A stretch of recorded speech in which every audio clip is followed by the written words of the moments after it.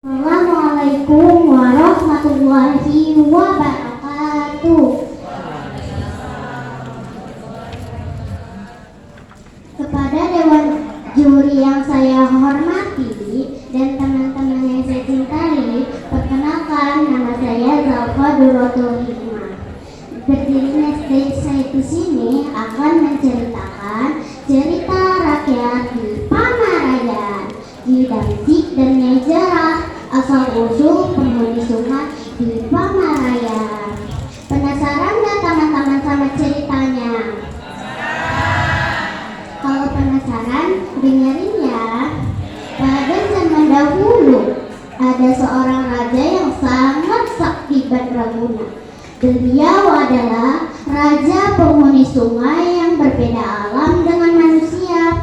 Raja tersebut mempunyai seorang putri yang sangat cantik. Semua keinginan putri pasti akan terkabulkan, tidak akan ada yang ditolak. Di suatu hari, ayah, ada apa, nak? Kemarin ayah bertanya kan, kenapa aku selalu termenung dan terlihat banyak pikiran. Aku mau cerita, tapi ayah jangan marah ya. Tidak, nak, silahkan ceritakan saja apa yang kamu inginkan. Aku tertarik kepada pemuda yang bekerja di kebun di pinggir sungai Ciujung. Oh, jadi itu yang bikin kamu melamun dan gak enak makan tiap hari. Ya, ayah. Baiklah, beri waktu. Kamu gak usah khawatir, ayah dekati lelaki itu. Lalu si raja pun bertapa sambil memikirkan bagaimana caranya menghadapi pemuda itu yang tak lain adalah Ki Damsik dari golongan manusia. Si raja pun memutuskan untuk menghadap ke Ki Damsik. Sementara itu Ki Damsik masih mencangkul seperti biasa, dan tak lama seorang kakek datang membawa rantang yang isinya makanan untuk menemui Ki Damsik. Assalamualaikum. Waalaikumsalam, Ki. Kenalkan, Aki ini silaturahmi. Silahkan, Tuan. Nama kamu siapa? Nama saya Damsik. Saya membawa sedikit makanan, silahkan dicicipi. Terima kasih, saya terima. Singkat cerita, si raja pamit meninggalkan Ki Damsik. Sementara itu Ki Damsik sudah merasa ada yang lain, bahwa tamu tadi bukan manusia seperti dirinya.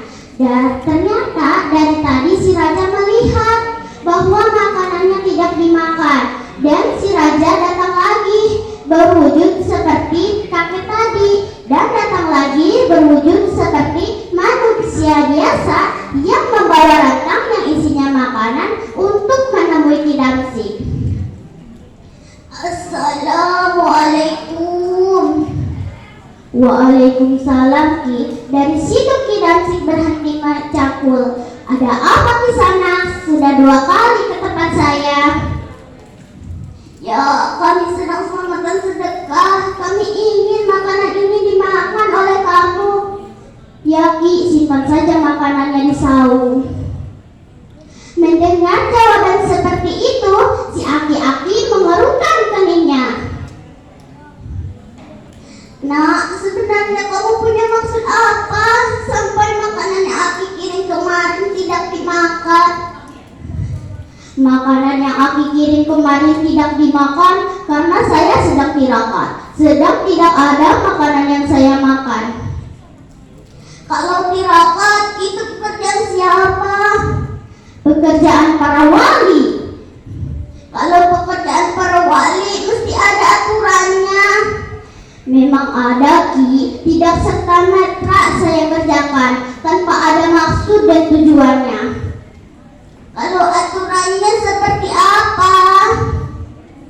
Kesatu, tidak boleh tidur di saat mengantuk. Kedua, tidak boleh makan di saat lapar. Ketiga, tidak boleh ada keinginan ketika mau, apalagi tidak. Keempat, tidak boleh membuka rahasia orang lain. Kelima, tidak boleh menolak rezeki sedikit. Keenam, waktu jadi pengantin tidak boleh tidur selama 40 hari 40 malam. Mendengar jawaban seperti itu, si aki-aki bertanya lagi. Ya, begitu benar itu pekerjaan para wali. Mengapa makanan yang aki kirim kemari tidak dimakan? Sebab menurut kakek tadi, tidak boleh menolak rezeki sedikit. Apa kamu mau dikirimin makanan yang lebih banyak lagi begitu?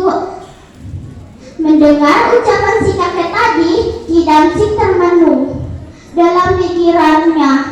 Iya ya, mengapa makanan yang si aki kirim kemarin tidak dimakan? Sama saja saya menolak rezeki sedikit. Akhirnya Ki Damsyik memakan makanan tersebut.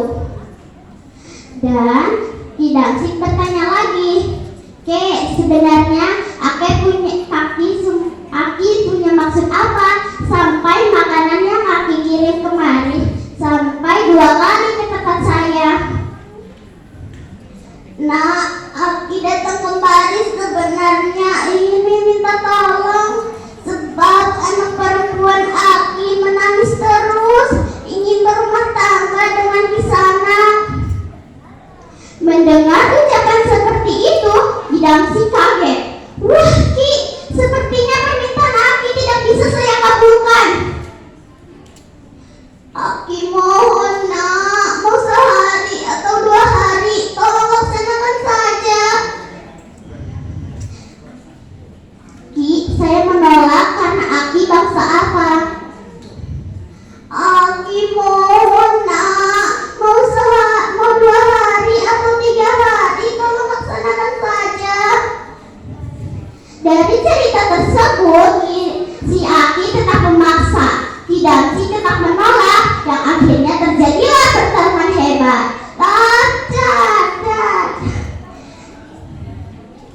Karena Ki Damsyik mempunyai dasarnya ilmu tirakat, sampai 3 hari 3 malam, yang akhirnya Ki Damsyik tergelincir ke dalam sungai. Di alam jin sana sudah tersedia panggung hiburan seperti layaknya pesta pernikahan. Karena Ki Damsyik sudah merasa kalah, yang akhirnya menyanggupi permintaan raja. Tetapi sebelum menikah, Ki Damsyik mempunyai permintaan. Jika dirinya ingin menikah dengan bangsanya, yaitu bangsa manusia, jangan dicegah atau dilarang. Raja pun menyanggupinya. Di suatu waktu alam manusia, namanya kampung baru, telah ada yang menggelar pernikahan. Baru dapat beberapa hari, si pengantin perempuan yang tak lain adalah Nyai Jerah main ke pinggir sungai sambil mengayunkan kedua kakinya dan keramas di sungai itu. Tak lama kemudian si Ki Damsyik Nyai Jerah ada yang menarik ke dalam sungai dan semua orang panik. Nyai Jerah si pengantin baru hilang dan masyarakat menyelam ke dalam air, tetapi jasadnya tidak ditemukan.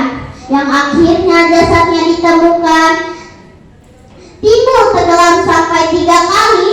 Menurut pengakuan yang melihatnya tadi, Nyai Jerah diinginkan oleh raja penghuni sungai. Dan akhirnya Nyai Jerah menjadi ratu pendamping Ki Damsyik. Dan Nyai Jerah memberi wangsit bahwa dirinya tidak usah dicari lagi karena sudah pindah alam.